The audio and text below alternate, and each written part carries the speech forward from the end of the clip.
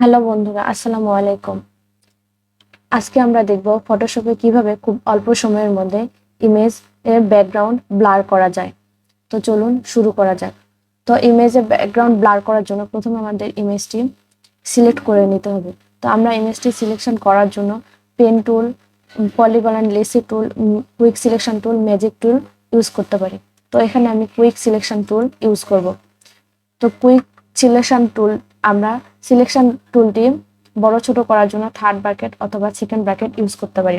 তো প্রথমে আমরা ইমেজটিকে বড় করে নেব। বড় করার জন্য প্রথমে কন্ট্রোল প্লাস থেকে জুম করব। তো এরপর আমরা ইমেজটি সিলেক্ট করব। তো এরপর আমরা ইমেজের জুম আউট করার জন্য কন্ট্রোল মাইনাস প্রেস করব। তো এরপর ইমেজে ফেদার ইউজ করব। ফেদার ইউজ করার জন্য সিলেক্টে যাব, সিলেক্ট থেকে মডিফাই থেকে ফেদার অথবা কিবোর্ড থেকে শিফট F6 প্রেস করে ফেদার ইউজ করব। তো এখানে আমি ফেদার 1 ইউজ করব। আপনারা আপনাদের ইমেজের রেজুলেশন অনুযায়ী ফেদার ইউজ করবেন। তো ওকে করলাম। তো যেহেতু আমরা ইমেজের ব্যাকগ্রাউন্ড ব্লার করব, তো ব্যাকগ্রাউন্ড ব্লার করার জন্য আমাদের ব্যাকগ্রাউন্ডটি সিলেক্ট করতে হবে।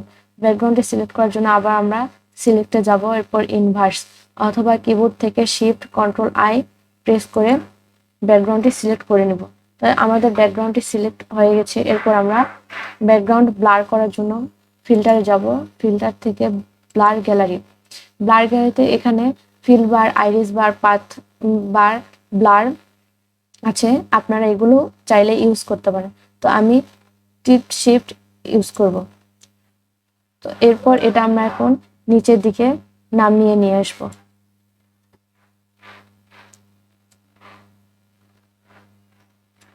আমি এতদূর পর্যন্ত রাখবো।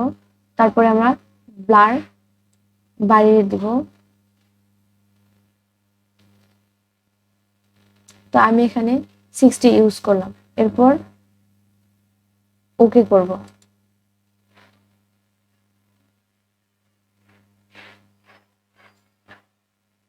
যেহেতু আমাদের ইমেজটি সিলেক্ট হয়ে আছে, তো ইমেজটি সিলেকশন অফ করার জন্য কন্ট্রোল ডি প্রেস করে ডিসিলেক্ট করব।